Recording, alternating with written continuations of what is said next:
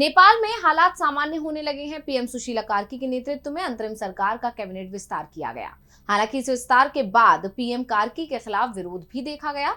मांग उनके इस्तीफे तक की उठी। इस बीच देश में हुए तख्तापलट में अमेरिकी साजिश को लेकर बड़ा खुलासा भी सामने आया है। तो अंतरिम सरकार के गठन के बाद क्या है नेपाल की राजनीति में मौजूदा हलचल, जानने के लिए देखिए रिपोर्ट। नेपाल में अंतरिम सरकार के गठन के बाद अब जब हालात को सामान्य बनाने की कोशिशें चल रही थीं कि इसी बीच एक बार फिर युवाओं के एक गुट में नाराजगी दिखाई दी।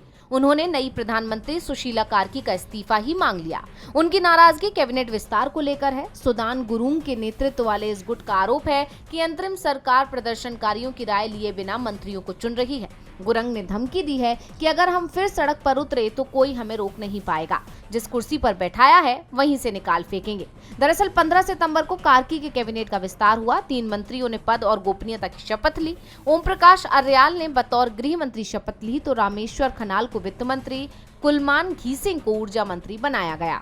अंतरिम सरकार की तरफ से इस हिंसक प्रदर्शन के दौरान देश को हुए नुकसान से उबारने की भी कोशिशें पूरी की जा रही हैं।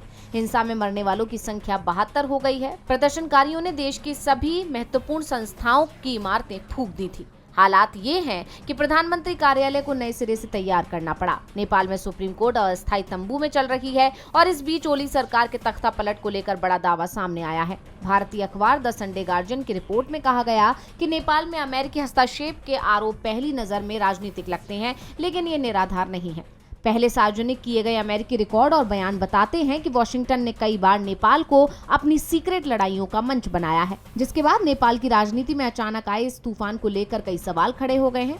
बहरहाल मौजूदा हालात में सुशीला कार्की को भी सरकार चलाने में कई चुनौतियों का सामना करना पड़ेगा, ये तय माना जा रहा है। डीवी लाइव की रिपोर्ट।